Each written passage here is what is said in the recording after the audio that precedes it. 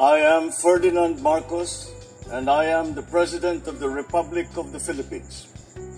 I stand today on behalf of 110 million Filipinos. Hello people and hello universe. Shout out sa lahat mga Pilipino sa buong daigdig, especially the Marcos loyalists and supporters na talagang minahal at sinusuportahan ng mahal na Pangulong Marcos Jr. Nasaan ang Pangulo, guys? Natural, ayan ay umaten. Kasama niya po si Secretary ng DA, Secretary Laurel. Nandyan po siya sa Pampanga.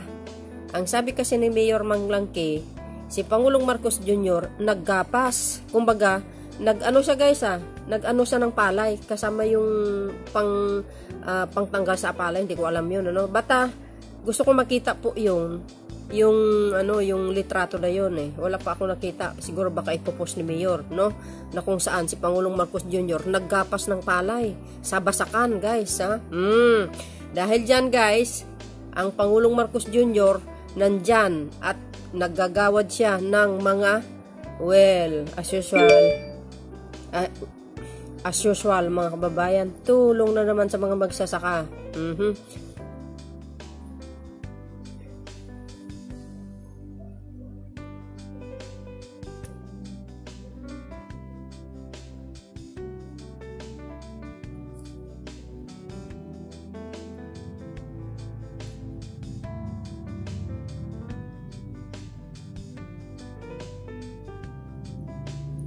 As usual, tulong na naman sa magsasaka, mga kababayan. Ito, guys, hatiin ko itong video na ito kasi napakahaba para hindi kayo mainip, ano. Ang inuna ko, itong speech ni Mayor Manglangke ng Candaba. Nako, mga kababayan, talagang makikita mo dito, no? Wala siyang binanggit na pangalan, pero ang laman ng kanyang sinasabi, pinaparating niya sa lahat ng Pilipino, na ang Pangulo ay suportado nila. Yung mga nagsasabing mag-resign ng Pangulo, sabi ni Basti Adik at ni Boy Pintanel, na sinasabi na weak leader si Pangulong Marcos. Ang sabi ni Basti Adik, ano daw, guys, ay lisi ang Pangulo. Talaga lang, Pero makikita nyo dito, mga kababayan, yung speech ni Mayor Manglangke. Nako, guys, talagang walang makakagalaw sa Pangulong Marcos Jr. Dahil ang buong Candaba talagang suportado nila yan. Wala siyang binanggit na pangalan, pero pinapaparating niya sa lahat ng Pilipino na suportado nila ang Pangulo. Nako, guys, matindi itong kanyang speech sa pinakadulo. Talagang namangha ako, no? So, ibig sabihin ay talagang lahat ng majority ng mamayang Pilipino ay talagang suportado si Pangulong Marcos Jr. Yung mga may plano dyan, napatalsikin ng Pangulo, ay sus, magtanim na lang kayo ng kamote. Dahil kahit kailan hindi kayo magsasucess. Kasi suportado siya ng buong bansa. Except lang yung mga alipuris ni Pintanel. Dahil dyan, mga kababayan, alam nyo ba, ito, pinakadulo ito si Candaba. Pero guys, wag kayo, wala sino mang Pangulo ang pumunta at dumalaw sa ating mga magsasaka. At ang ganda ng kanilang mga mga ani, talagang lumago sila. Walang ibang pumunta na Pangulo, guys. Si Pangulong Marcos Jr. At ang kanyang ama, 1972, na nagbigay ng patubig sa mga magsasaka dyan. Nako, hindi nila makakalimutan, mga kababayan. Ito pala si Mayor Manglangke, guys, kababata pala ito ni Pangulong Marcos Jr. May litrato daw sila So, ito, guys, no, sinadya kong i-upload ito, part 1 ito, isusunod ko yung speech ni mahal nating Pangulo. Pero namangha ako dito sa kay Mayor Manglangke sa talagang ipinagtatanggol niya ang Pangulong Marcos Jr. guys, Kaya kahiya-hiya yung mga taong may plano na patalsikin ng Pangulo. Nako, dadaan kayo talaga sa butas ng karayom. Ewan ko lang kung magsa-successful itong mga salot sa lipunan. Never, guys, So ngayon, guys, panoorin nyo ito, no? At congratulations sa ating mga magsasaka. Nako, swerte nila mga kababayan sapagkat nako, ang ganda. Si Pangulong Marcos na lang ang magbahagi at saka si Mayor Maglangke mga kababayan. Hindi lang yan guys ha. Natutuwa ako talaga dahil pinagtatanggol niya ang Pangulong Marcos Jr.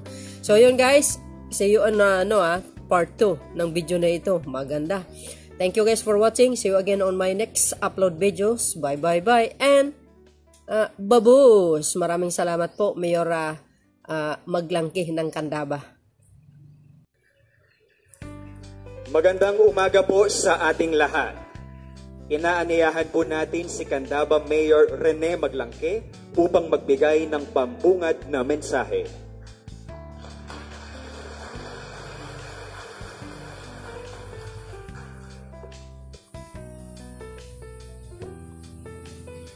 Sa ating mahal na Pangulo, Ferdinand Bongbong Marcos Jr.,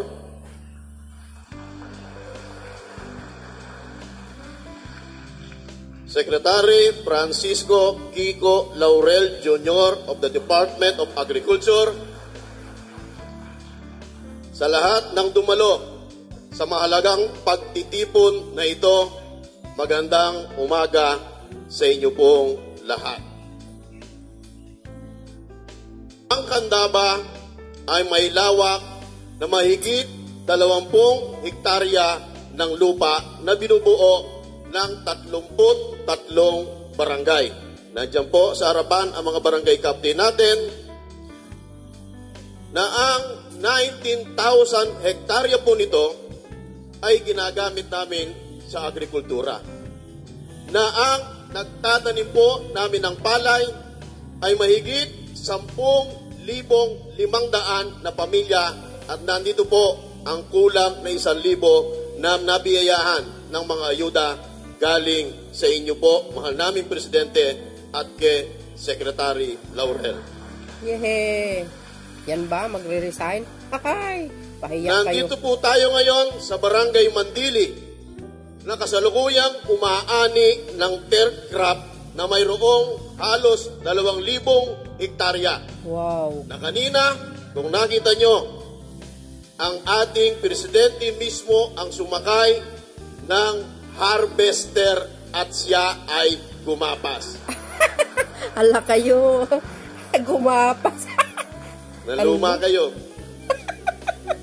Bilang isang munisipalidad na pangunahing industriya ay pagsasaka, ang aming bayan ay nakakapag-ani ng halos 2 milyong sako ng palay o katumbas ng 91 metriko tonelada tuwing tag-araw o dry season, katulad po nitong araw na ito, na ang kabuhang ektaryang tinataniman namin ng palay ay 17,000 hektarya at ang 2,000 ay tinataniman po namin ng iba-ibang klase ng gulay, kasama kung saan sumikat ang Candaba, ang pakwan at milon. Wow! Congratulations po. Sa panahon po ng tag-ulan o wet season, dahil sinasakop ng Candaba Swamp ang marami naming lupahin na sinasaka, nababawasan po ang aming harvest ng kalahati na umaabot lang ng 1 milyong sako ng palay. Dahil ito po ay binabaha ng 1 hanggang 5 beses taon-taon. Maliban po sa palay, ang bayan ng Candaba ay maraming palaisdaan. Produkto ng mais, binanggit kong pakwan at milon, at iba't ibang uri ng gulay na may kabuhong 800 metriko tinuladang produksyon taon-taon. Wow! Mahal naming Presidente, masaya po ang mga magsasaka ng buong Pampanga at ng bayan ng Candaba sa inyong pagdating kahit nasa sulok ang Barangay Mandili sa pagbibigay ng inyong panahon at atensyon sa kasalukuyang estado ng agrikultura sa aming bayan. Galing naman. Naalala ko po, grade 1 ako. Katulad po ng inyong ama, ang ating dating Presidente Ferdinand Marcos Sr. ay pumunta sa Candaba noong 1972 na nagbigay ng isang malaking patubig na itinutok sa Pampanga River na nakinabang ang maraming magsasaka na libo-libong hektarya ang nadaloyan ng tubig na hindi dating nakapagtatanim ng palay. Grabe, wow. Kasama po grabe. ang magulang ko, ang tatay ko na magsasaka na nakinabang sa ibinigay ng inyong ama. Kaya ako ay napag-aral niya at nakatapos ng kolehiyo. Wow, congratulations. Galing naman, yes. Talagang legacy ng Marcos Sr. Taos puso po namin kayong pinasasalamatan sa pagbibigay ng maraming ayuda na 8,500 pamilyang Candabeño ang nakatanggap ng libreng binhe, Wow, yeah. Oh, libreng pataba, wow. Yeah. 5,000 bawat isa. That's my president, guys. That's our Na ito president. po ay gagamitin nila sa pagsuporta sa kanilang mga anak na makapag-aral at makatapos na katulad po natin para umasenso ang Candabeñong Pilipino. Yeah, congratulations sa mga Kami po mga taga-Candaba. Kapampangan sa pumunguna ng aming malugod na Gobernador Dennis Delta Pineda at Congresswoman Ana York Pondo. Sa maraming ipinupukol na batiko sa inyo ay hindi kami naniniwala dahil alam namin ang sa puso nyo ay ang maiangat lang ang buhay ng bawat Pilipino. Oh, Basti Adik, narinig mo 'yon? Oh, mga lahing pitan nyo. Kapampangan, ipinanalo kayo 100% ang suporta sa inyo, mahal po naming Presidente. Oh, mga alipores ng Pintanel, narinig nyo 'yon? Dito po, sa bayan ko, nagkakasundo ang mga nanunungkulan, nagtutulong-tulong kami at pasulong ang bayan ng Candaba. Mabuhay po kayo, mahal namin, palakpakan natin, Presidente BBM. Yeah!